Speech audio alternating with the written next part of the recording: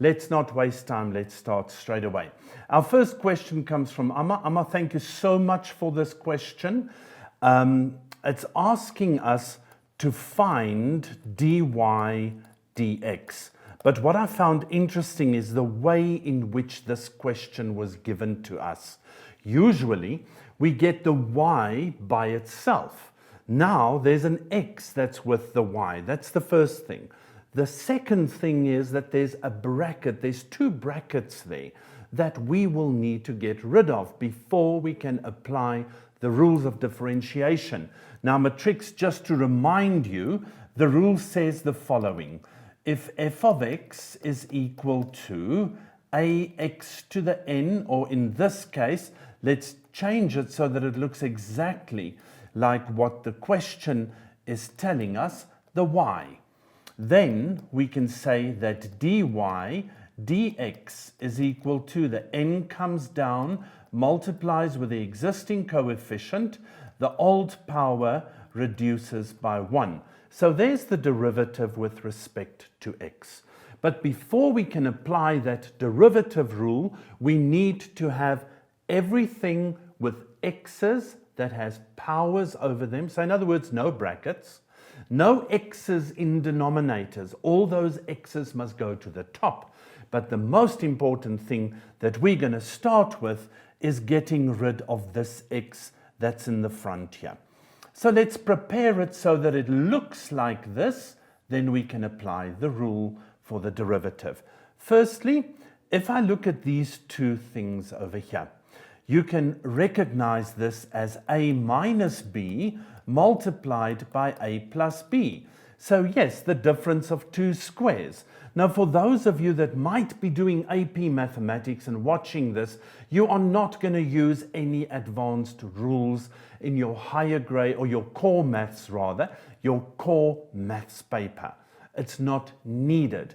You can work with this function until everything is expressed as x's, and then you differentiate and apply the law. Okay, so no advanced rules here. So let's multiply this out, and after that, we're going to get rid of the y, or the x. So xy for now is equal to the difference of two squares there.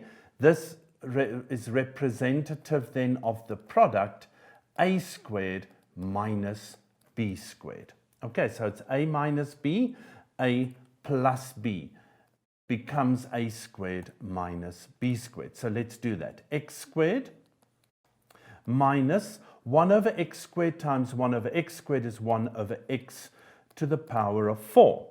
Now we can go for the x in the front. I can multiply both sides with 1 over x to get rid of it and to get y by itself. Now you'll see there that product cancels, and finally I have y is equal to x to the power 2, and this is over x, minus 1 over x to the power of 5. Folks, do this product but in your time. Don't go and rush, because this is usually an easy question for you to get through. Don't make silly mistakes. That's what I'm trying to say to you. Okay, so now all the x's goes to the top. If I divide like bases, the powers are subtracted. That power is 1, so it's x to the 2 minus 1, which leaves an invisible 1 there, minus this comes to the top. Remember the exponential rule, 1 over a to the m is equal to a to the minus m. So I apply that rule over here, and I have x to the negative 5. Okay, there we see it. It's perfectly ready for differentiation. Let's have a look.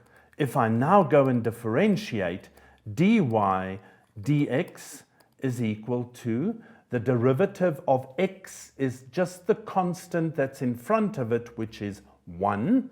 And then that negative times that negative becomes a positive 5x to the, now be careful, this is minus 5 minus 1. Don't add 1 to that power, you're supposed to subtract 1.